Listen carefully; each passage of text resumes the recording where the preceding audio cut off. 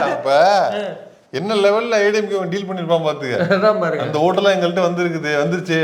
ஏன்னா சும்மா தானே தொடர்ந்து சொல்லிட்டே இருக்காப்புல ஷில்பா குமார். ஏன்னா ஒரு தடவை அப்படிதான்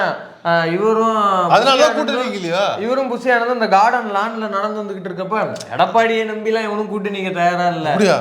அந்த வீடியோ பயங்கர வைரல்னு நம்மளே பேசியிருக்கிறோம் மறந்துட்டீங்களா? ஆமா ஆமா, லான்ல நடந்து வந்துகிட்டு இருப்பாங்க. எடப்பாடியை வந்து பாஜக கழட்டி விட்டுரும், ஒருத்தனை எடப்பாடியை நம்பி கூட்டணி வைக்க தயாரா இல்ல அப்படிங்கிறான்.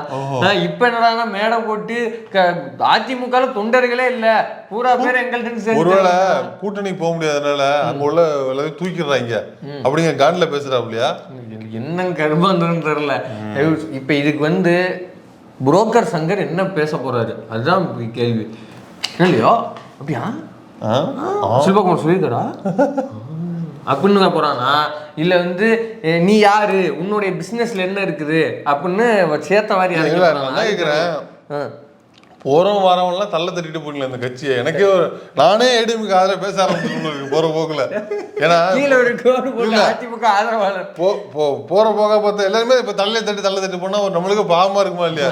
தைல புள்ளி ஏட்ட தள்ள அடிக்கிங்க நிலைமையா நம்ம வந்து ஒடுக்கப்பட்டவர்கள் சார்பாடு கண்டிப்பா சொல்லி கொடுத்துருக்கேன். யார் ஒடுக்க போறாங்களோ அவங்க இவ்வளவு பேர் சேர்ந்துக்கிட்டு அவங்க அடிக்கிறீங்களா ஏடிஎம்கே காரங்கள?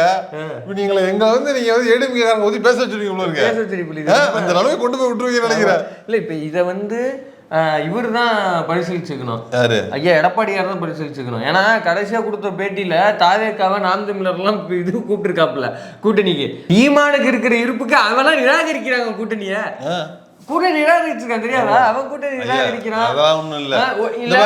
ஏன் நிராகரி? நீ இன்னும் பெரிய இது மாதிரி பேசுற முடிய மாதிரி. என்னது தம்பி, ஜெயிச்சா வர்ற அமௌண்டோட தோத்த அமௌண்ட் பெருசு. பிசினஸ்ல எது லாபம், பிசினஸ் எது லாபமோ அதான்டா செய்யணும். என்ன முட்டா பலா இருக்கிற? கேரியரின் உச்சத்தில் 200 கோடி ரூபாய் சம்பளம் வாங்கிட்டு இருந்தவன் நான் அதை விட்டு வருகிறேன் என்றால் 10,000 கோடி கிடைக்குன்னு அதை நம்பது நான் எடப்பாடி கிடையாது. உனக்கு 200 கோடி போகுதுன்னா நீ 500 கோடி வந்தாலும் உள்ள வருவேன் அப்படின்னு எனக்கு தெரியும். இல்ல அந்த 200 கோடியை காப்பாத்துறதுக்கு வேலை பார்ப்பேன். ரெண்டுல ஒண்ணுதான். ரெண்டுலுமே எனக்கு